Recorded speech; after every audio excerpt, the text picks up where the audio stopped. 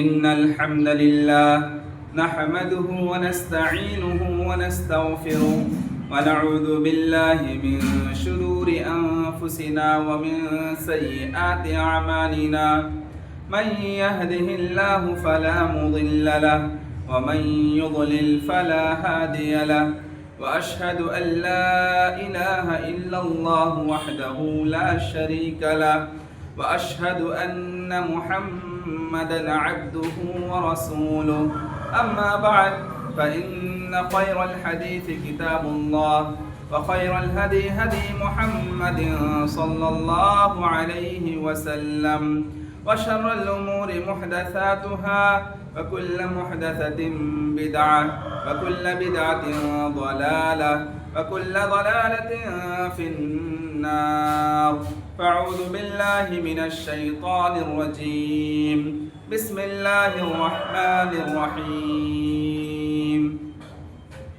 يا أيها الذين آمنوا اتقوا الله حق تقاته ولا تموتن إلا وأنتم مسلمون يا أيها الناس اتقوا ربكم الذي خلقكم من نفس واحدة وخلق منها زوجها وبث منهما رجالا كثيرا ونساء واتقوا الله الذي تساءلون به والأرحام إن الله كان عليكم رقيبا يا أيها الذين آمنوا اتقوا الله وقولوا قولا سديدا يصلح لكم أعمالكم ويغفر لكم ذنوبكم ومن يطع الله ورسوله فقد فاز فوزا عظيما وقال تعالى في موضع آخر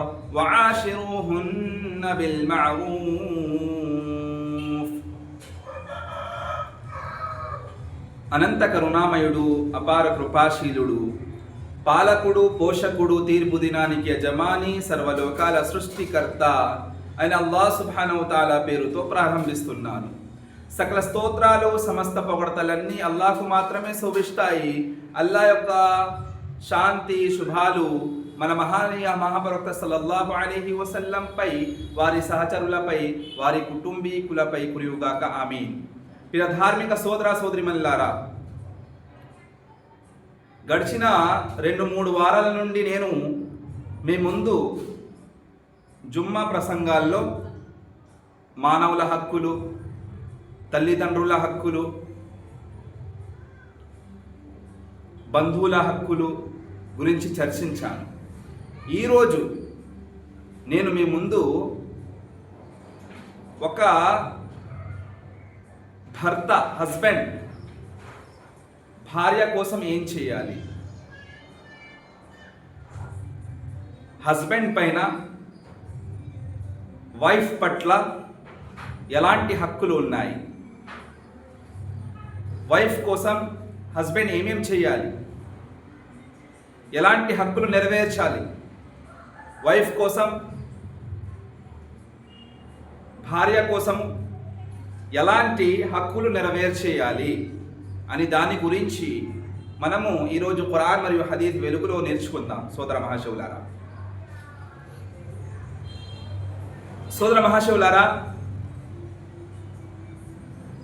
భర్తల పట్ల హక్కులు ఉంటాయి, అదేవిధంగా భార్య పట్ల కూడా హక్కులు ఉన్నాయి. భార్య కోసం కూడా కొన్ని హక్కులు భర్త అనేవాడు నెరవేర్చేయాలి. అందులో మొట్టమొదటి హక్కు ఏమిటంటే, పెళ్ళి సంబంధం కుదిరిన తర్వాత పెళ్ళి జరిగే రోజు, పెళ్ళి జరిగే సందర్భంలో, నికాహ్ జరిగేటప్పుడు మెహర్ చెల్లించటం, మెహర్ సొమ్ము చెల్లించటం. అది మెహర్ సొమ్ము అయినా చెల్లించవచ్చు, అమౌంట్ కరెన్సీ అయినా ఇవ్వచ్చు, లేకపోతే గోల్డ్ ఆర్నమెంట్స్, సిల్వర్ ఆర్నమెంట్స్ అంటే జ్యువెలరీ అయినా ఇవ్వచ్చు. కానీ మెహర్ లేకుండా పెళ్ళి మాత్రం చేయకూడదు. సో భార్య కోసం మొట్టమొదటి హక్కు భర్త నెరవేర్చే హక్కు ఏమిటంటే మెహర్ అప్పగించాలి, మెహర్ సొమ్ము చెల్లించాలి. అప్పుడే నికా కరెక్ట్ అవుతుంది. మెహర్ లేకుండా నికా లేదు. ఏదో ఒకటి ఇవ్వాలి, ఏదైనా వస్తువు ఇవ్వాలి, ఎంతో కొంత ధనం ఇవ్వాలి, సొమ్ము చెల్లించాలి. లేకపోతే ఏదైనా gold ornament, gold jewellery, silver jewellery ఎవరికి ఎంతైతే స్తోమత ఉందో అంతవరకు చెల్లించాలి. తర్వాత వివాహం పూర్తి అవుతుంది. అక్కడే నికా సంబంధం, ఆ సిట్యువేషన్ అంతా కరెక్ట్ అవుతుంది. మహాప్రభు సల్లల్లాహు అలైహి వసల్లం చెప్పినట్టు అన్నికాహు మిన్ సున్నతి, సున్నత్ పరంగా నికా చేయాలి. నికా అనేది ప్రవక్త గారి ఆచరణ, సున్నత్. సో ప్రవక్త గారు చెప్పినట్టు చేయాలి. సో నికా సందర్భం పూర్తి కావాలంటే మెహర్ సొమ్ము చెల్లించాలి. ఇది మొట్టమొదటి హక్కు భర్త అనేవాడు భార్యకు చెల్లిస్తాడు, నెరవేరుస్తాడు. పెళ్లి కొడుకు అనేవారు పెళ్లి కూతురుకి అప్పగిస్తారని అల్లాహ్ సుబ్హానహు వ తఆలా దివ్య ఖురాన్ గ్రంథంలో ఈ విధంగా ప్రస్తావిస్తున్నాడు. వఆతున్ నిసా సదుకాతిహిన్న నిహ్లా, స్త్రీలకు, మీ భార్యలకు మీరు వారి సొమ్ము అంటే మెహర్ సొమ్ము చెల్లించండి. ఎలా చెల్లించాలి? సదుకాతిహిన్న నిహ్లా, ఇష్టపడుతూ, ఏదో భారంగా అనుకోకూడదు. అది రెస్పాన్సిబిలిటీ, అది చెల్లించాలి. సొమ్ము అయినా చెల్లించండి, లేకపోతే ఏదైనా వస్తువు, ఏదైనా గోల్డ్ ఆర్నమెంట్, జ్యువెలరీ ఏదైనా భార్యకు అప్పచెప్పాలి. కొంతమంది ఏం చేస్తారంటే మెహరే ముఅజ్జల్ అంటారు. అంటే పెళ్ళి జరిగే సమయంలో ఇవ్వరు, నికా జరిగే సమయంలో ఇవ్వరు, తర్వాత ఇస్తాను అని వాగ్దానం చేస్తారు. పెళ్లి కూతురుతో పెళ్లి కొడుకు అనేవారు మెహర్ సొమ్ము తర్వాత చెల్లిస్తానమ్మా అని వాగ్దానం చేస్తారు. వాగ్దానం చేసిన తర్వాత ఆ వాగ్దానం చేశాడు కదా పెళ్లి కొడుకు, పెళ్లి చేసే సందర్భంలో, పెళ్లి జరిగే సందర్భంలో, నికాహ్ జరిగే అక్కడే నికాహ్ సమయంలో అది వాగ్దానం చేసిన తర్వాత చనిపోయే మరణించే ముందు తప్పనిసరిగా చెల్లించాలి, అనివార్యం అది. ఎందుకంటే వాగ్దానం చేశాం, ఆ సమయంలో పరిస్థితి అనుకూలంగా లేదు, మీరు మెహర్ సొమ్ము చెల్లించలేకపోయారు. సో మెహరే ముఅజ్జల్ అంటారు, అంటే తర్వాత అప్పగించాలి. సో తర్వాత ఖచ్చితంగా మీరు మెహర్ సొమ్ము చెల్లించాలి, మరణించే ముందు చెల్లించవలసింది ఆ బాధ్యత ఆ పెళ్లి కొడుకుది. ఎక్స్క్యూజ్ లేదు ఇందులో. అయితే స్తోమత బట్టి చెల్లించాలన్నమాట.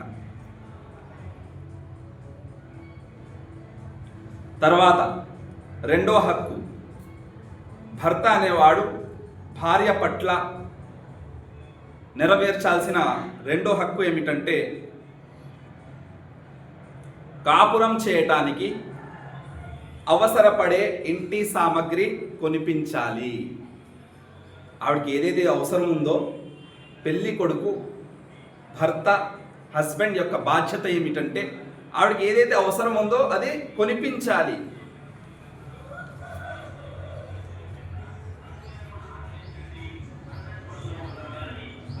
బట్టలు, అదేవిధంగా ఇంకా ఏదైతే అవసరాలు ఉంటాయో వాళ్ళ బేసిక్ నీడ్స్, అవి భార్య అడుగుతుంటే వెంటనే కొనిపించాలి.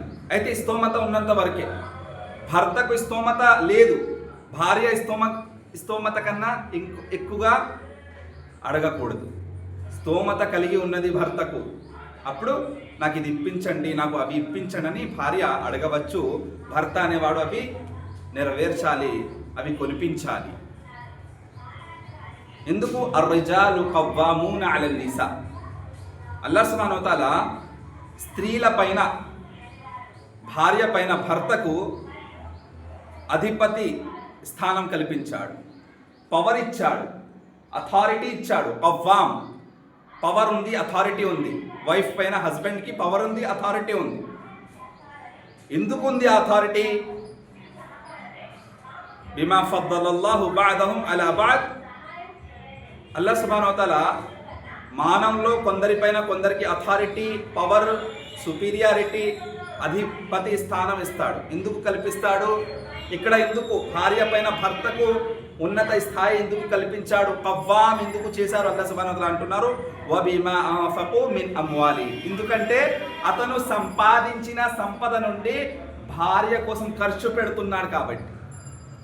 భార్య కోసము అతను సంపాదించిన సంపద నుండి ఖర్చు పెడుతున్నాడు కాబట్టి భార్యకి కావలసిన, కాపురాన్ని చేయడానికి కావలసిన అవసరమైన సామగ్రి కొనిపిస్తున్నాడు కాబట్టి అర్రిజాలు కవ్వామున అలన్ నిసా, భర్తకు భార్య పైన అధిపతి స్థానం కల్పించాడు అల్లాహ్ సుబ్హానహు వ తఆలా. ముఆవియా ఖుషైరీ రదియల్లాహు అన్హు మహాప్రవక్త సల్లల్లాహు అలైహి వసల్లం దగ్గర వెళ్ళి, ఓ మహాప్రవక్త సల్లల్లాహు అలైహి వసల్లం, నా భార్య కోసము నేను ఏం చేయాలి? భార్య పట్ల నేను ఎలాంటి హక్కులు నెరవేర్చాలి చెప్పండి అన్నారు. అప్పుడు మహాప్రవక్త సల్లల్లాహు అలైహి వసల్లం ఈ విధంగా జవాబిచ్చారు. అబూ దావూద్ హదీత్, ఇది సహీ హదీత్. ప్రవక్త గారు అన్నారు, నువ్వు నీ భార్య కోసం ఏమేం చేయాలంటే, భార్య పట్ల భర్త ఎలాంటి హక్కులు నెరవేర్చాలంటే, మొట్టమొదటిగా నువ్వు ఏదైతే తింటున్నావో అది తినిపించు. మీరు తినే తిండి ఆహారమే మీ భార్యకు కూడా పెట్టండి. Quality of product, same quality of product. ఏదైతే తింటున్నారో అదే మీ భార్యకు కూడా పెట్టండి, తినిపించండి. తర్వాత అన్నారు, మీరు ఏ క్వాలిటీ క్లాత్, ఆ ప్రొడక్ట్, ఏ క్వాలిటీ యొక్క క్లాత్ మీరు వాడుతున్నారో, వస్త్రధానం ఎలా ఉందో మీది, మీ ఆడవారికి మీ భార్య కోసం కూడా అలాంటి క్వాలిటీ ప్రొడక్ట్ యొక్క క్లాత్ కొనిపించండి. తర్వాత అన్నారు, వారి ముఖ భాగం పైన కొట్టకండి. తర్వాత అన్నారు, వారిని విసుక్కోకండి, తిట్టకండి, కొట్టకండి. అదేవిధంగా ఏదైనా గొడవలు జరిగితే, మిస్అండర్స్టాండింగ్ ఏదైనా అవుతే, మీ మాట ఆవిడికి నచ్చకపోతే, ఆవిడి మాట మీకు నచ్చకపోతే, విభేదాలు వస్తాయి కదా, సహజం విభేదాలు రావడం. మ్యారీడ్ లైఫ్లో విభేదాలు వస్తుంటాయి. రోజు సమానంగా ఒకే రోజు ఒకేలా, ప్రతిరోజు ఒకేలా సుఖంగా ఉండదు. ఏదో రోజు కొన్ని కష్టాలు వస్తుంటాయి, తగవాదాలు వస్తుంటాయి, విభేదాలు వస్తుంటాయి. అలాంటప్పుడు మీరు ఏం చేయాలి? మీ భార్యకు దూరం చేయండి. ఎంతవరకు? మీ ఇంట్లోనే సెపరేట్ చేయండి చాలు. ఎందుకు అది? ఎందుకంటే మీ భార్యకు బుద్ధి చెప్పటానికి. మీ భార్య మీ మాట వినలేదు, మీ భార్య మీకు విధేయత చూపలేదు. మీరు ఏం చేయాలి? బెడ్ సపరేట్ చేసేయాలి. మీరు బెడ్ పై పడుకుంటే ఆవిడ కింద పడుకోమని, ఆవిడ బెడ్ పై ఉంటే మీరు కింద పడుకోవడం కానీ, ఏదో రకంగా బెడ్ సెపరేట్ చేయాలి. బెడ్ ఎప్పుడైతే సెపరేట్ చేస్తామో, పడుకునే స్థానం ఎప్పుడైతే సపరేట్ చేస్తామో, ఆవిడకి బుద్ధి చెప్పినట్టు అవుద్ది.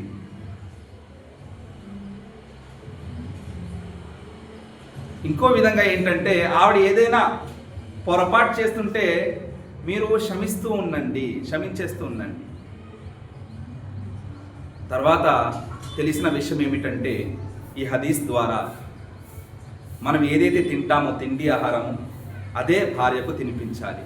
మనం ఎలాంటి బట్టలు వేసుకుంటామో అలాంటి బట్టలు, ఆ క్వాలిటీ ఆఫ్ ప్రొడక్టే, సేమ్ అలాంటి క్లాతే, అంటే ఆ క్వాలిటీ, ఆ అమౌంట్, అలాంటి క్లాత్ వారికి మనం కొనిపించాలి. వారిని తిట్టకూడదు, విసుక్కోకూడదు, ముఖ భాగం పైన కొట్టకూడదు. తర్వాత ఏదైనా కోపం వస్తే ఏం చేయాలి? ఇంట్లోనే దూరం చేసేయాలి, అంతే. బెడ్ సెపరేట్ చేసేయాలి. ఏదైనా మీకు నచ్చలేదు, మీకు నచ్చని పని మీ ఆవిడ చేసేసింది, బెడ్ సెపరేట్ చేయండి. ఎందుకు? బుద్ధి చెప్పడానికి, అంతే. ఆవిడ తెలుసుకుంటుంది, అయ్యో నేను ఏదో పొరపాటు చేశాను, ఏదో తప్పు పని చేశాను, అందుకే నా భర్త నా తోడుగా ఈ విధంగా వ్యవహరిస్తున్నాడు, వచ్చి సారీ చెప్తుంది. అడ్జస్ట్మెంట్, కాంప్రమైజ్ అనేది చాలా అవసరం. కానీ ప్రస్తుత కాలంలో మనం చూస్తున్నాం, రోజు రోజుకి కేసులు పెరుగుతున్నాయి. ఏ కేసులండి? డివోర్స్ కేసులు, తలాక్, ఖులా. సివిల్ కోర్టు బయట వెళ్ళి చూసారనుకోండి, ఫిజికల్ హరాస్మెంట్ కేసెస్, ఇవన్నీ లేడీస్కి సంబంధించిన కేసెస్ ఎక్కువ. లేడీస్ ఎవరంటే బుర్కా ధరించి ఉన్న లేడీసే సివిల్ కోర్టు పైన బయట ఇటు అటు తిరుగుతూ కనిపిస్తుంది. కారణం ఏంటి? భర్త సరిగ్గా చూసుకోవట్లేదు. లేకపోతే నా భర్త, నా హస్బెండ్ లిక్కర్ తాగుతాడు, సారాయి తాగుబోతు. ఎప్పుడు వచ్చినా సారాయి తాగి వస్తాడు ఇంట్లోకి. ఇంట్లో ప్రవేశించిన తర్వాత కొడతాడు, తిడతాడు. కేవలం నన్ను తిట్టడం, కొట్టడమే కాదు, మా తల్లిదండ్రులను కూడా తిడతాడు, బూతులు తిడతాడు. ఈ విధంగా హింసలు చేస్తున్నాడు, దౌర్జన్యాలు చేస్తున్నాడు. నాకు ఖులా కావాలి, డివోర్స్ కావాలి. పరిస్థితి ఎందుకు వస్తున్నాయి? ఆ భర్తలో ఉన్న లోపం వలన, ఆ భర్తలో ఉన్న దుష్కార్యం వలన, ఆ భర్త చేస్తున్న మహాపాపం యొక్క ప్రభావం చూడండి ఫ్యామిలీ మీద పడుతుంది. అతను తాగుబోతు కాకపోతే, అతనికి సారాయి తాగే, మధుపానం చేసే అలవాటు లేకపోతే సుఖంగా బతకవచ్చు ఫ్యామిలీ అంతా. అతనికి ఆ చెడు అలవాటు ఉంది కాబట్టి, దుష్కార్యం చేస్తున్నాడు కాబట్టి, ఆ మహా పాపం చేస్తున్నారు కాబట్టి దాని యొక్క ప్రభావం, అటెన్షన్, ఫిజికల్ హెరాస్మెంట్, ఇవన్నీ ఎవరు అనుభవిస్తున్నారు? ఫ్యామిలీ మొత్తం అనుభవిస్తుంది. చివరికి తట్టుకోలేక ఏదో రోజు నాకు డివోర్స్ కావాలి అని రిక్వెస్ట్ చేస్తుంది సివిల్ కోర్టు దగ్గర, జడ్జి దగ్గర. కోర్టు మ్యారేజ్ ఎవరైతే చేసుకుంటారో వారు, లేకపోతే అదేవిధంగా కాజీ ఆఫీసులు ఉంటాయి, కాజీ ఆఫీస్ గారి దగ్గర వెళ్ళి మీరు చూస్తే ఎక్కువ సంఖ్యలో ఖులా అడుగుతున్నారు. తలాక్ చాలా తక్కువ. ఎక్కువగా ఆడవాళ్ళే నాకు డివోర్స్ కావాలి అడుగుతున్నారు. కారణం ఏంటి? భర్త సరిగ్గా చూసుకోవట్లేదు, లేకపోతే సరిగ్గా కాపురం చేయట్లేదు, సరిగ్గా డబ్బు సంపాదించట్లేదు, సరైన శాలరీ లేదు, పిల్లలకి సరిగ్గా చదివించడానికి కానీ తినిపించడానికి కానీ సరైన డబ్బు ఇవ్వట్లేదు, ఇంటి సామాగ్రి ఏదైతే సదుపాయాలు ఉంటాయో అవి సరిగ్గా చూసుకోవట్లేదు, బాధ్యత నెరవేర్చట్లేదు. ఎన్ని రోజులు తట్టుకుంటుంది? ఎన్ని రోజులు భరిస్తుంది? మీరు ఎన్ని రోజులు తిట్టినా భరిస్తుంది. వాళ్ళ తల్లిదండ్రుల్ని కూడా తాగేసి వచ్చి కొట్టడం, తిట్టడం చేస్తే ఈవిడ్ని మాత్రం కొడతారు, తిడతారు, కానీ వాళ్ళ తల్లిదండ్రుల్ని కూడా తిడతారు. ఎంతవరకు భరిస్తుంది? ఏదో ఒక రోజు ఇంకా నా వల్ల కాదు, నాకు డివోర్స్ కావాలని అడుగుతుంది. తర్వాత బాధపడాలి. ఆ తర్వాత బాధపడడం కన్నా ముందే మనల్ని సర్దిద్దుకుంటే, తౌబా ఇస్తగ్ఫార్ చేయండి. ఎవరి జీవితంలో అయినా సారాయి తాగే అలవాటు ఉంటే మానేయండి. మహాఘోరమైన పాపం అది, కబాయిర్లో వస్తుంది. అది మహాఘోరమైన పాపం, నేరం, అది నేరస్తులు మీరు. అందుకే చూడండి, జీవితంలో మనశ్శాంతి ఉండదు. ఎవరి జీవితంలో అయితే, ఏ వారి జీవితంలో అయితే హస్బెండ్ తాగుబోతుగా ఉంటాడో, సరాయి తాగుతుంటాడో, ఆడ జీవితము నరకంలా ఉంటుంది. నరకం అనిపిస్తుంది ఆడదానికి. ఈ జీవితమే ఎందుకు పెళ్లి చేసుకున్నానంటే ఆ మాట కూడా వస్తుంది. ఎందుకు వస్తుంది ఆ మాట? ఆ విధంగా మనం హింసిస్తున్నాం, దౌర్జన్యం చేస్తున్నారు వారిపైన. కావున అల్లాహ్ సుబ్హానహు వ తఆలా చెప్పినట్టు వాషిరుహున్న బిల్ మఅరూఫ్, అతి ఉత్తమంగా వ్యవహరించండి. వాషిరుహున్న బిల్ మఅరూఫ్. తర్వాత అల్లాహ్ సుబ్హానహు వ తఆలా అంటున్నారు, సద్వర్తనతో మెలగండి. మంచి క్యారెక్టర్, గుడ్ క్యారెక్టర్. ప్రవక్త గారు ఏమన్నారంటే, నంబర్ 1 క్యారెక్టర్ ఎవరిదైనా చెప్పుకోవాలనుకుంటే భార్య ముందు భర్త క్యారెక్టర్ నంబర్ 1 అయితే అతను ప్రపంచమంతా నంబర్ 1 క్యారెక్టర్లో ఉంటాడు. మన క్యారెక్టర్ ఎలా ఉంటుందో మా భార్యకు తెలుసు. అంటే ప్రజల ముందు, సమాజంలో చాలా గొప్పగా చెప్పుకుంటాం మనము.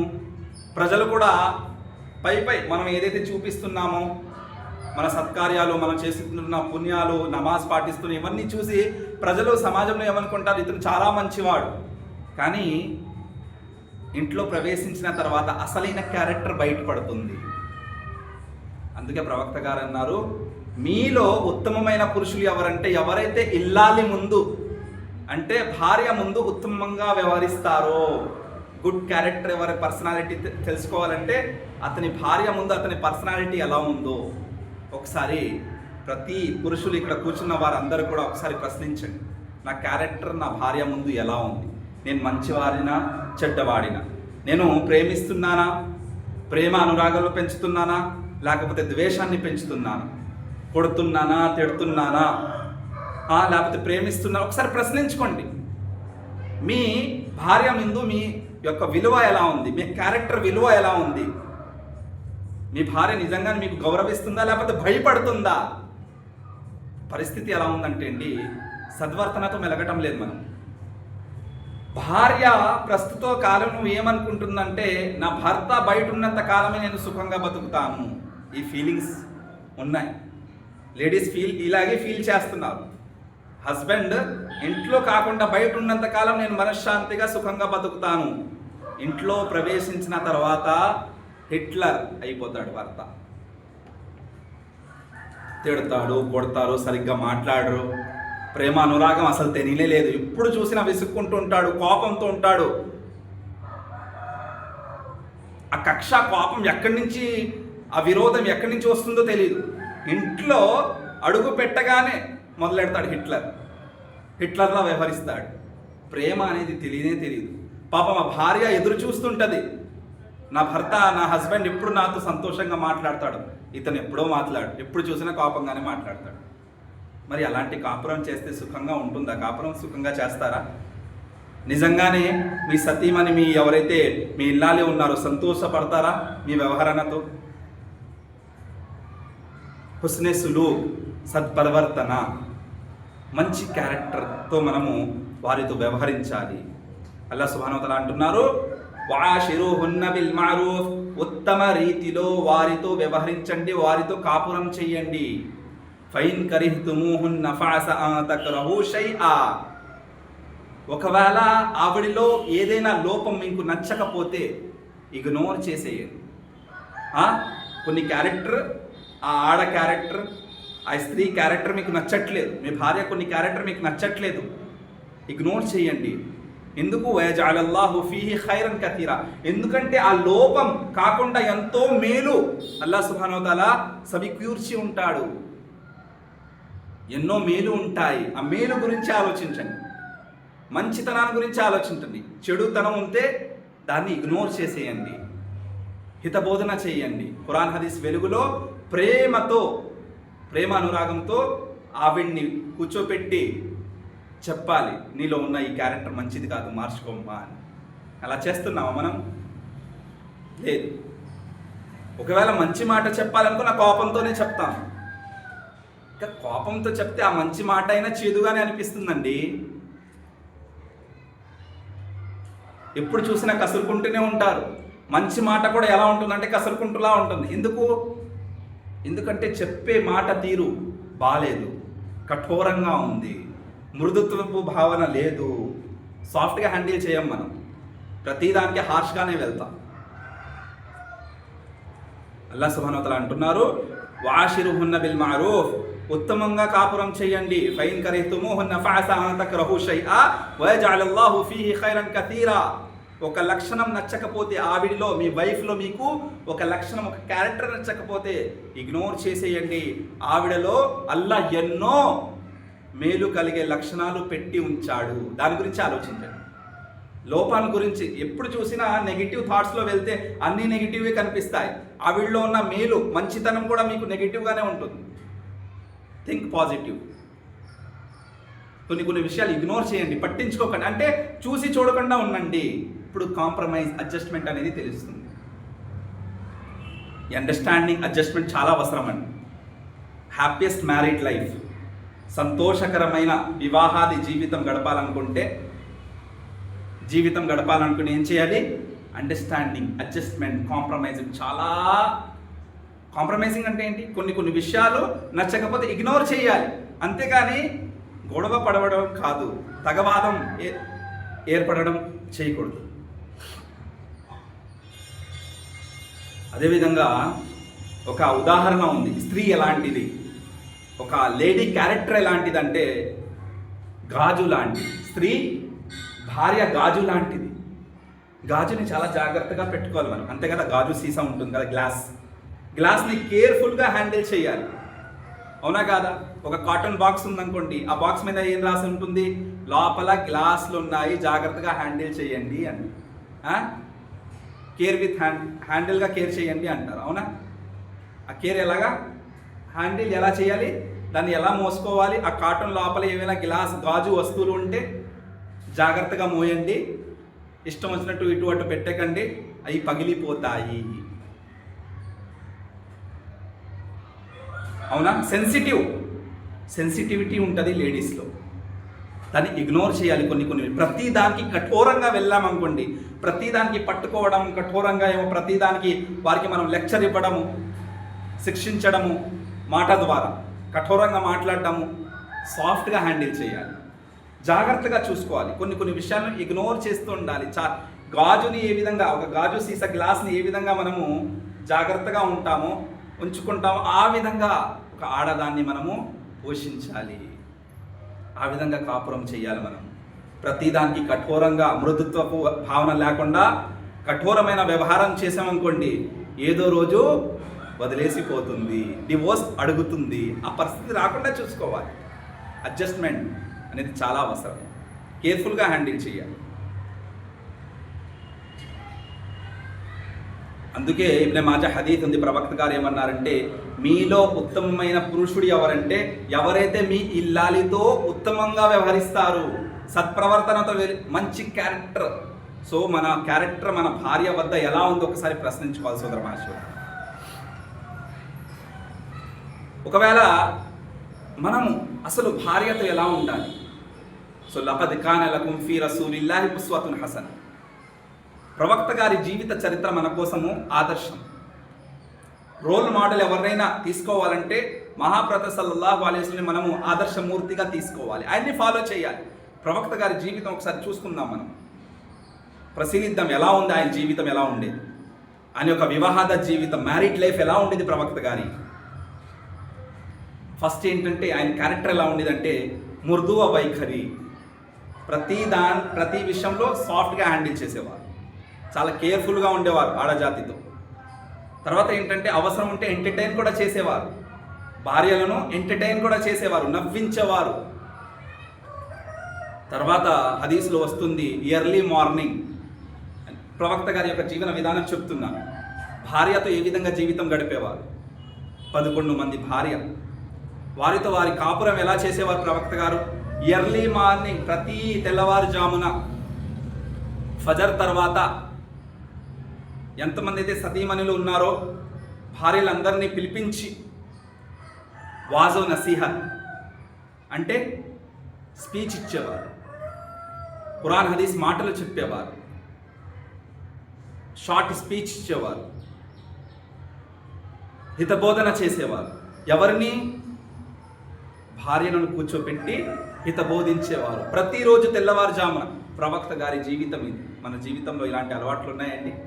ఎప్పుడైనా ఫజర్ నమాజ్ అనంతరము భార్య దగ్గరకు వెళ్ళి కుటుంబీకుల్ని కూర్చోపెట్టి ఫ్యామిలీ మెంబర్స్ని హితబోధిస్తున్నాం. పోనీ ఫజర్లో ఏదైతే దర్శ వింటున్నామో మనము మసీదులో వచ్చి అది వెళ్ళి మనం ఇంట్లో చర్చిస్తున్నామా దాని గురించి, గురువుగారు ఇవాళ ఇన్ని విషయాలు చెప్పారు, ఈ హదీస్ చెప్పారు, ఈ ఖురాన్ ఆయత్ చెప్పారు, చెప్తున్నాం మనం.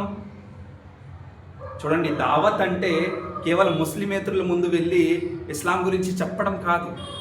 ఫ్యామిలీ మెంబర్స్ మనము హితబోధిస్తాం కదా, అది కూడా దావత్లో ఒక భాగమే, మనపై అది విధించబడినది. కాబట్టి సోదర మహర్షులారా, ప్రవక్త గారి జీవితం చూడండి. ఎర్లీ మార్నింగ్ ప్రతిరోజు ఎవ్రీడే తెల్లవారుజామున ఫజర్ తర్వాత భార్యలను ఒకే చోట కూర్చోపెట్టి ప్రసంగం చేసేవారు, హితబోధించేవారు, ఖురాన్ హదీస్ మాటలు చెప్పేవారు. అంతేకాదు ఈవినింగ్ సమయం, నైట్ అందరి ఇంటికి వెళ్ళేవారు. అంటే ఆ హుజ్రా ఉండేది, టెంట్ హౌస్ లాంటిది, ప్రతిదీ సెపరేట్, ప్రతి ఆడదాని ప్రతి వైఫ్ కోసం సెపరేట్ రూమ్. ప్రతి రూమ్కి వెళ్ళి, ప్రతి గదిలోకి వెళ్ళి ఎలా ఉన్నావమ్మా, ఈరోజు ఎలా జరిగింది, ఎలా గడిచింది అనేది ప్రతీదీ తెలుసుకునేవారన్నమాట. మనం అడుగుతున్నామండి, పొద్దున్న నుండి సాయంత్రం వరకు మనం జాబ్లో ఉంటాము, సంపాదించడానికి బయటికి వెళ్తాము, ఇంటి బయట వెళ్తాము. ఈవినింగ్ వస్తున్నాం కదా, ఎప్పుడైనా ఒక 10 నిమిషాలైనా రోజుకి భార్యతో ప్రేమ అనురాగంతో, ఏంటమ్మా ఏం తిన్నావు, ఏం తినలేదు, ఈరోజు ఎలా గడిచింది, పిల్లలు ఏం చేశారు అడుగుతున్నాం. మనం ఫీడ్బ్యాక్ ఏమీ తీసుకోవట్లేదు. ఈ అలవాటే లేదు మన జీవితంలో. ప్రస్తుత కాలంలో దౌర్భాగ్యమైన పరిస్థితి ఏమిటంటే, దౌర్భాగ్యమైన విషయం ఏమిటంటే, పడుకునే ముందు భార్య భర్త ఇద్దరు కూడా హస్బెండ్ వైఫ్ ఒకే బెడ్ మీద కూర్చుని ఉంటారు. ఈవిడ ఈ పక్కన ఉంటుంది, అతను ఆ పక్కన ఉంటాడు. ఇద్దరు కూడా బిజీగా ఉన్నారు, కాకపోతే ప్రపంచమే వేరు. ఈవిడ వాట్సాప్లో బిజీగా ఉంది, అతను ఇంకో వాట్సాప్లో బిజీగా ఉన్నాడు. అంటే సోషల్ మీడియాలో ఉన్న ఫ్రెండ్స్కి ఎంత సమయం ఇస్తున్నాము మనము? భర్త భార్యకు ఇవ్వట్లేదు, భార్య భర్తకు ఇవ్వట్లేదు. దౌర్భాగ్యమైన పరిస్థితి. సెల్ ఫోన్ అనేది ఏం చేస్తుంది? కనెక్ట్ చేయట్లేదు. అసలు సెల్ ఫోన్ ఇన్వెంట్ చేయడం ఎందుకు చేశారు? కమ్యూనికేషన్ కోసం, దూరంలో ఉన్న బంధుత్వాన్ని దగ్గర చేసుకోవడం కోసం, మాట్లాడడం కోసం ఇన్వెంట్ చేశారు. కానీ మనం ఏం చేస్తున్నాం? దగ్గరుండి భర్త ఎలా ఉంది భార్య అడగట్లేదు, భార్య ఎలా ఉంది భర్త ప్రశ్నించట్లేదు. కారణం ఏంటి? ఇతను సోషల్ మీడియా అకౌంట్స్లో బిజీ, ఆవిడ కూడా సోషల్ మీడియా అకౌంట్స్లో, ఆ సోషల్ మీడియాలో ఉన్న, ఆ సోషల్ మీడియా ప్లాట్ఫామ్స్లో ఉన్న ఫేక్ ఫ్రెండ్స్ బిజీగా ఉంటున్నారు. ఎంత సమయం మనం సోషల్ మీడియా స్క్రీన్కి ఇస్తున్నామో మనం సెల్ ఫోన్కి, అంత సమయంలో కొంత భాగం, ఒక 20% కూడా భర్త భార్య ఇద్దరు కలిసి ఆ సమయాన్ని కేటాయించుకుని కాపురం చేస్తే చాలా బాగుంటుంది, సుఖమైన జీవితం ఉంటుంది. సెల్ ఫోన్ వచ్చి మన జీవితాన్ని మార్చేసింది. ప్రేమ అనురాగంతో మెలగాల్సిన జీవితము ద్వేషం, కక్ష, కోపము, విరోధము ఇవన్నీ పెంచుతుంది సెల్ ఫోన్. అదేవిధంగా ప్రవక్త గారు ఇంట్లో ఎలా ఉండేవారు? ఏదైనా చిన్న చిన్న పనులు ఉంటే స్వతహాగా చేసుకునేవారు. ఆ చర్మంతో తయారు చేయబడిన జోళ్ళు వేసుకునేవారు. అది చిరిగిపోతే దాన్ని కుట్టుకునేవారు, ఓన్గాను స్వయంగా కుట్టుకునేవారు. దాన్ని ఏదైనా బట్టలు చిరిగిపోతే దాన్ని స్వయంగా కుట్టుకునేవారు. అప్పుడప్పుడు చపాతీ చేయాలంటే సహకరించేవారు. ఆ పిండి కలుపుతారు కదా, పిండి కలిపేసి ఇచ్చేవారు. కూరగాయలు కట్ చేసేవారు. ఈ విధంగా అంటే ఇంట్లో ఉన్న కొన్ని చిన్న చిన్న పనులు ఉంటాయి, మనం కూడా సహకరించవచ్చు ఫ్రీగా ఉంటే. కానీ చేస్తున్నాం మనం? ప్రవక్త గారి జీవన విధానం మన జీవితంలో అది ఫాలో చేయట్లేదు మనం. అందుకే ప్రవక్త గారు 10-11 మంది ఉన్న భార్యలున్నా అతని జీవితంలో టెన్షన్స్ లేవు. ప్రవక్త గారి జీవితంలో 10-11 భార్యలున్నా అతను సుఖంగా బతికారు. టెన్షనే లేదు, ప్రాబ్లమే లేదు. ఏ భార్యకు ఎలాంటి క్వశ్చన్ మార్క్ లేదనమాట ఆయన జీవితంలో. అందరికీ సుఖ పెట్టేవారు. అందరూ సుఖంగా ఉండాలి, సంతోషంగా బతకాలని చూసేవారు. ఎవరిని పెట్టేవారు కాదు, బాధ పెట్టేవారు కాదు. కొన్ని విషయాలు ఓన్గానే చేసుకునేవారు. కొన్ని పనులు ఉంటాయి మనం స్వతహాగా చేసుకోగలుగుతాం, కానీ చేయం. వాటర్ కావాలని పిలుద్దాం, ఏమే వాటర్ తెచ్చుకుని రా, మనం వెళ్ళి తీసుకోవచ్చు, మనం తాగవచ్చు. కానీ లేదు, ప్రతీదీ ఆడ తెచ్చి ఇవ్వాలి. ప్రతీది ఎందుకు? భార్య కదా, ప్రతీదీ వినాలి. మన జీవిత విధానాన్ని మనం మార్చుకోవాలి. ప్రవక్త గారి జీవితంతో మనము నేర్చుకోవాలి. ఆయిషా రదియల్లాహు అన్హా కథన ప్రకారం ఆవిడ అంటుంది, ప్రవక్త గారు ఎల్లప్పుడూ సాఫ్ట్గా హ్యాండిల్ చేసేవారు, మృదుత్వపు వ్యవహారాన్ని ఇచ్చేవారు. మృదుత్వపు వ్యవహారంతో ఉండేవారు. ఏ విషయం వచ్చినా సాఫ్ట్గా హ్యాండిల్ చేసేవారు. తర్వాత ఎల్లప్పుడూ చిరునవ్వుతో మాట్లాడేవారు. అల్లాహు అక్బర్. ఒక్కసారి ఆలోచించండి, నేనైనా మీరైనా మనమందరం పురుషులం. ఒక్కసారి ఆలోచించండి, ఈ విధంగా చిరునవ్వుతో మాట్లాడుతున్నాం, మన భార్యతో మనం కసురుకుంటున్నాం, విరోధిస్తున్నాం, కోపంగా ఉంటున్నాం. భార్య ఎప్పుడు కూడా మా భర్త ఎదురు చూస్తుంటుంది, నా హస్బెండ్ ఇప్పుడు చిరునవ్వుతో మాట్లాడతాడు, మనం కోపంగా ఉంటాడు, విలన్. బయట మాత్రం అందరితో నవ్వుతూ మాట్లాడతాం, ఇంట్లో వెళ్ళగానే విలన్ అయిపోతాం, అదే హిట్లర్ అయిపోతాం. ఎందుకు అర్థం కాదు. ప్రవక్త గారి ఇంట్లో కానీ బయట కానీ ఎవరితో మాట్లాడిన చిరునవ్వుతో మాట్లాడేవారు, చిరునవ్వుతో సంభాషణ చేసేవారు. అల్లాహు అక్బర్. ఆ జీవితం మన జీవితంలో ఆ వ్యవహారం లేదు. తర్వాత న్యాయం చేసేవారు. ప్రవక్త గారు 10-11 మంది భార్యలున్నా అందరి మధ్య అన్యాయం ఎవరిపై చేయలేదు. అల్లాహు అక్బర్. ఒక్కసారి ఆలోచించండి, 10-11 భార్యలున్న అందరినీ న్యాయం చేసేవారు ఒక భార్య ఉంది, ఒక భార్యతో కూడా మనం న్యాయం సరిగ్గా చేయట్లేదు. అల్లా పట్టుకుంటాడు, అల్లా ప్రశ్నిస్తాడు తీర్పు దినం నాడు. నువ్వు భార్య పట్ల న్యాయం చేసేవా లేదా, భార్య హక్కులను నెరవేర్చవా లేదా అని అల్లా ప్రశ్నిస్తాడు. అక్కడ ఏం జవాబిస్తాం సోదర భాషలారా? ఆలోచించండి. వీళ్ళు మార్పు రావాలని విషయాలు చర్చించడం జరుగుతుంది సోదర మహాశిల. తర్వాత ప్రవక్త గారి జీవితంలో మనం నేర్చుకోవాల్సింది ఏంటంటే, లేడీస్ ఎమోషనల్ ఫీలింగ్స్ ఉంటాయి, సెన్సిటివిటీ ఉంటుంది. సెన్సిటివ్ లేడీస్ వాళ్ళ ఫీలింగ్స్ని అర్థం చేసుకోవాలి. వాళ్ళ ఫీలింగ్స్ని, ఎమోషన్స్ని మనం అర్థం చేసుకోవాలి. ప్రవక్త గారు అర్థం చేసుకునేవారు, అందుకే చాలా సాఫ్ట్గా హ్యాండిల్ చేసేవారు వారిని. ఎమోషన్స్ ఫీలింగ్ని అర్థం చేసుకోవడం అంటే అర్థం ఏంటి? ఆయిషా రదియల్లాహు అన్హా ఒకసారి ఇష్టపడింది, నేను కూడా పరిగెడితే బాగుందును. ప్రవక్త గారు ఏంటి, రన్నింగ్ రేస్ పెట్టుకున్నారు. అప్పుడు ప్రవక్త గారు ఆవిడ రన్నింగ్ రేస్ పెట్టుకుంటే ఆవిడ నగ్గింది. ఎందుకంటే చిన్నారిలా ఉండేది కాబట్టి, వయసు పెద్దగా ఉండేది కాదు కాబట్టి, ఇతనేమో పెద్ద వయసు కాబట్టి ఆవిడ నగ్గింది. అంటే ఆవిడ సంతోషంగా ఉండాలి, ప్రవక్త గారు అలా చేశారు. ఆవిడే నగ్గింది రన్నింగ్ రేస్ పెడితే. అదేవిధంగా అంటుంది, తర్వాత కొన్నాళ్ళ తర్వాత నాకు ఎప్పుడైతే ఒళ్ళొచ్చేసిందో, అంటే వయసు పెరిగిందో, మళ్ళీ పెట్టుకున్నాం ఒకసారి రన్నింగ్ రేస్, అప్పుడు ప్రవక్త గారు నగ్గారు. అంటే ఎమోషన్స్, ఫీలింగ్స్, భార్య ఏం కోరుకుంటుందో ఇస్లాంకి వ్యతిరేకంగా లేకపోతే అవి వారికి అప్పగించాలి. ఎమోషన్స్ని, వాళ్ళ ఫీలింగ్స్ని మనము అర్థం చేసుకోవాలి. ఐస్ క్రీమ్ తినాలనిపిస్తుంది, ఎప్పుడో నెలకొకసారి ఐస్ క్రీమ్ కావాలండి, ఇప్పించండి. పానీపూరి ఏదో ఒక నెలలో 6 నెలలకు ఒకసారి ఇష్టపడుతుంది, నాకు అది కావాలి, ఇప్పించండి. స్తోమత ఉన్నంత వరకు. అది ఖురాన్ హదీస్కి వ్యతిరేకమైన ఏదైనా లేకపోతే ఆ విషయంలో కాంప్రమైజ్ అవ్వండి. అడ్జస్ట్మెంట్ అనేది చాలా, ఒకరినొకరు అర్థం చేసుకోండి. ఎమోషన్స్ని, ఫీలింగ్స్ని అర్థం చేసుకుంటేనే అడ్జస్ట్మెంట్, కాంప్రమైజ్ ఉంటుంది. అప్పుడే సంతోషకరమైన జీవితము, సంతోషకరమైన కాపురం చేయవచ్చు, ఉత్తమ రీతిలో కాపురం చేయవచ్చు. తర్వాత భార్య కోసం ఇంకా ఏమేమి చేయాలి, ఇంకా ఏ హక్కులు నెరవేర్చేయాలి మనం, భర్త, హస్బెండ్. ఇంకోటి ఏంటంటే, భార్య హిజాబ్ వేసుకోకపోతే హిజాబ్ వేసుకోమని హెచ్చరిస్తూ ఉండాలి, హితబోధన చేస్తూ ఉండాలి. హిజాబ్ ఏర్పాట్లు మనం చేయాలి, మన బాధ్యత ఇది, పురుషుల బాధ్యత. ఇంట్లో ఎవరైతే స్త్రీలు నివసిస్తున్నారో, ఆడవారు నివసిస్తున్నారో, వారు హిజాబ్ ధరిస్తున్నారా లేదా మన బాధ్యత, అది మనం ప్రశ్నిస్తూ ఉండాలి. పరాయ పురుషుడు వచ్చినప్పుడు ఆవిడ చున్ని వేసుకుంటుందా లేదా, ఎందుకంటే ఈవిడ ఎంత పద్ధతిగా ఉన్నా వచ్చే పరాయ పురుషుడు ఎంత పద్ధతిగా ఉన్నాడు చెప్పలేం కదా. ఎవరి మీద కూడా ఈ మధ్య మోసం చేస్తున్నారు, ఎవరు మోసం చేస్తాడో తెలియదు. ఎవరి మీద కూడా నమ్మాల్సిన రోజులే పోయాయి, నమ్మకం లేదండి. కావున సోదర మహాశివులారా, ఆ స్త్రీకి హిజాబ్ ఇంపార్టెంట్ ఏంటి, భార్యకు హిజాబ్ ఇంపార్టెన్స్ తెలియపరచాలి.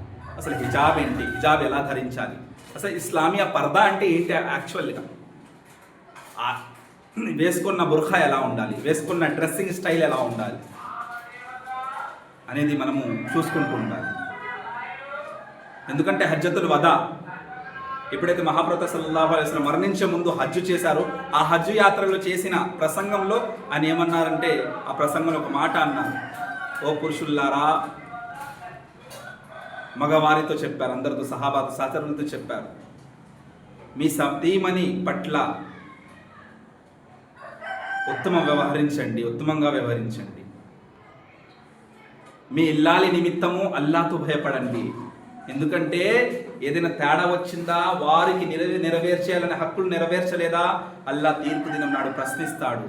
అల్లాతో భయపడుతూ మీ ఆడవారి హక్కులను వారికి నెరవేరుస్తూ ఉండండి. అల్లాహు అక్బర్. చాలా జాగ్రత్తగా ఉండాలి సోదర మహాశివులారా. తర్వాత హిజాబ్. రెండోది ఏంటి, ఇంకో విషయం ఏమిటంటే, వాళ్ళకి Islamic education, basic Islamic education, ప్రాథమిక ఇస్లామియా పాఠాలు, తహారత్ ఆదేశాలు, నమాజ్ ఆదేశాలు, శుచి శుభ్రత ఆదేశాలు, ఖురాన్ హదీస్లో బేసిక్ ఏదైతే ఫండమెంటల్స్, ఇస్లామిక్ ఫండమెంటల్స్ ఉన్నాయి, అఖీదా తౌహీద్. ఎందుకంటే అల్లాహ్ సుబ్హానహు వ తఆలా ఫఅలం అన్నహు లా ఇలాహ ఇల్లల్లాహ్ అంటున్నారు. ఓ ప్రజల్లారా, మీరు అల్లా నిజ ఆరాధ్యుడు అని, అల్లా తప్ప నిజ ఆరాధ్యుడు ఎవరూ లేరని తెలుసుకోండి అంటే ఏంటి? అకీదే తౌహీద్ నేర్చుకోవడం ప్రతి ఆడవారి పైన మగవారిన ముస్లిం పైన విధించబడి ఉన్నది. అందుకే మీ స్త్రీలకు మీ ఆడవారికి మీరు అకీదే తౌహీద్ నేర్పించాలి. దేవుని ఏకత్వం ఆదేశాలు ఏదైతే ఉన్నాయో ఖురాన్ హదీస్లో అవి నేర్పించాలి. అసలు అల్లా ఎవరు, అల్లా యొక్క గుణ విశేషణాలు ఏంటి, అల్లా ఎలాంటి వాడు, అల్లా గొప్పతనం ఏంటి, విశిష్టత అవన్నీ తెలియపరచాలి. తౌహీద్, రిసాలత్, ఆఖిరత్ ఇవన్నీ ఇస్లామిక్ బేసిక్ ఫండమెంటల్స్ ప్రాథమిక పాఠాలు విషయాలు ఏదైతే ఉన్నాయో అవి వారికి మనము నేర్పించాలి. చెప్పలేం అంటే మ్యారేజ్ ముందు ఆవిడ చదువుకుందా లేదా అది తర్వాత విషయం. మ్యారేజ్ అయిన తర్వాత మీ అధ్వర్వంలో ఉంది కాబట్టి, మీ అండర్లో ఉంది కాబట్టి మీ బాధ్యత ఏంటంటే, ప్రతి హస్బెండ్ యొక్క బాధ్యత ఏంటంటే మ్యారేజ్ అయిన తర్వాత ఆవిడకి ఇస్లాం గురించి ఏమీ తెలియకపోతే మీరు తెలియపరచాలి, నేర్పించాలి. స్వతహాగా నేర్పించండి, లేకపోతే లేడీస్ ద్వారా ట్యూషన్ పెట్టించండి. లేడీస్ ఆలిమాలు ఉంటారు కదా, వారి ద్వారా ట్యూషన్. సోదర మహర్షిలారా, ఎందుకంటే అల్లాహ్ సుబ్హానహు వ తఆలా అంటున్నారు, హూ అన్ఫుసకుమ్ వ అహ్లీకుమ్ నారా, మీరు మరియు మీ ఫ్యామిలీ మెంబర్స్ను నరకాగ్ని శిక్ష నుండి కాపాడుకునే ప్రయత్నం చేస్తూ ఉండండి విశ్వాసులారా అని అల్లాహ్ సుబ్హానహు వ తఆలా ప్రశ్నిస్తున్నారు, బోధిస్తున్నారు. తర్వాత మహాపత సల్లల్లాహు అలైహి వసల్లం అన్నారు, వర్రజులు రాయిన్ అలా అహ్లి బైతిహి, అల్లాహ్ సుబ్హానహు వ తఆలా తీర్పు దినం నాడు ప్రతి మగవారితో వారి బాధ్యత నిమిత్తము ప్రశ్నిస్తాడు. ఆ బాధ్యత ఏమిటి? కుటుంబీకులని ఎలా చూసుకున్నావు, కుటుంబీకులకు ఇస్లామిక్ క్రమశిక్షణ నేర్పించావా లేదా, Islamic discipline, Islamic education, Islamic fundamentals అవి విషయాలు వారికి తెలియపరచావా లేదా అని అల్లాహ్ సుబ్హానహు వ తఆలా ప్రశ్నిస్తాడు. దానికి సమాధానం మన దగ్గర ఏముంటుందో మనం దీని గురించి తయారు చేసుకుంటూ ఉంటాం. కాబట్టి సోదర మహర్షిలారా, అదేవిధంగా ఇంకోటి ఏంటంటే, మనము సత్కార్యాలు చేస్తూ కుటుంబీకులు, ఫ్యామిలీ మెంబర్, మన ఇంట్లో ఉన్న ఇల్లాలి, మన భార్యకు కూడా ప్రోత్సహిస్తుండాలి ఆ సత్కార్యం చేయమని. నమాజ్ పాటిస్తున్నాం, భార్య నమాజ్ పాటించట్లేదు, భార్యకు కూడా మనం హితబోధించాలి, ప్రేమ అనురాగంతో చెప్పాలి, కఠోరంగా చెప్పకూడదు, సాఫ్ట్గా హ్యాండిల్ చేయాలి. Respect, love, caring, soft handling, education ఇవన్నీ చాలా ఇంపార్టెంట్, ప్రాముఖ్యత గల విషయాలు ఇవి. ఇవి ఉంటేనే జీవితం సుఖంగా ఉంటుంది. తావను అలల్ బిర్రి వత్తఖ్వా అంటే సత్కార్యాల విషయాల్లో మీరు సత్కార్యాలు చేస్తుంటే ఒకరినొకరు దానికోసం ప్రోత్సహిస్తూ ఉండండి, సహాయం చేయండి. భర్త నమాజ్ పాటించట్లేదు, భార్య నమాజ్ పాటించండి అని హితబోధన చేయాలి. భార్య నమాజ్ పాటించట్లేదు, భర్త అనేవాడు హితబోధించాలి, నమాజ్ పాటించు అని. ఈ విధంగా ఏ విషయమైనా సత్కార్యాలు చేస్తూ ఆ భార్య కూడా సత్కార్యం చేయమని ప్రోత్సహిస్తూ ఉండాలి, హితబోధన చేస్తూ ఉండాలి, సపోర్ట్ చేయాలి. అందులో ఫజర్ నమాజ్కి మనం వచ్చేస్తాం, ఇంట్లో మాత్రం భార్య పడుకుంటూనే ఉంటుంది, అలా చేయకూడదు. ఆవిడని కూడా లేపాలి, లేవమ్మా ఫజర్ నమాజ్ చేసుకున్న తర్వాత కావాలంటే పడుకో, ముందు ఫజర్ నమాజ్ చేసుకో అని ఆ విధంగా హితబోధించాలి. ఆ విధంగా ఇస్లామిక్ ట్రైనింగ్ ఫ్యామిలీకి ఇవ్వాలి మనం. ఇవన్నీ హస్బెండ్ పైన ఉన్న వైఫ్ రైట్స్. చివరిలో అల్లాహ్తో దుఆ ఏమనగా, అల్లాహ్ సుబ్హానహు వ తఆలా మనందరికీ మనం ఏదైతే విషయాలు నేర్చుకున్నాం ఆ విషయాలపై అల్లాహ్ సుబ్హానహు వ తఆలా చివరి శ్వాస విడిచే వరకు, మరణించే వరకు అల్లాహ్ సుబ్హానహు వ తఆలా మనందరికీ దానిపై ఆచరించి అమలు చేసే సౌభాగ్యాన్ని ప్రసాదించుగాక. మనందరినీ ఖురాన్ మరియు హదీత్ వెలుగులో జీవితాన్ని కొనసాగించే సౌభాగ్యాన్ని ప్రసాదించుగాక. ప్రతి భార్యను భర్తల పట్ల ఉన్న హక్కులు నెరవేర్చే సౌభాగ్యాన్ని ప్రసాదించుగాక. ప్రతి భర్తను భార్య పట్ల ఉన్న హక్కులను నెరవేర్చే సౌభాగ్యాన్ని ప్రసాదించుగాక. అల్లా భార్య భర్తల ఇద్దరు జీవితంలో మనశ్శాంతి, సుఖ సంతోషాలు అల్లాహ్ సుబ్హానహు వ తఆలా ప్రసాదించుగాక. సుబ్హాన రబ్బిక రబ్బిల్ ఇజ్జతి అమ్మా యసిఫూన్ వ సలామున్ అలల్ ముర్సలీన్ వల్హమ్దులిల్లాహి రబ్బిల్ ఆలమీన్. వఆఖిరు దావానా అనిల్ హమ్దులిల్లాహి రబ్బిల్ ఆలమీన్.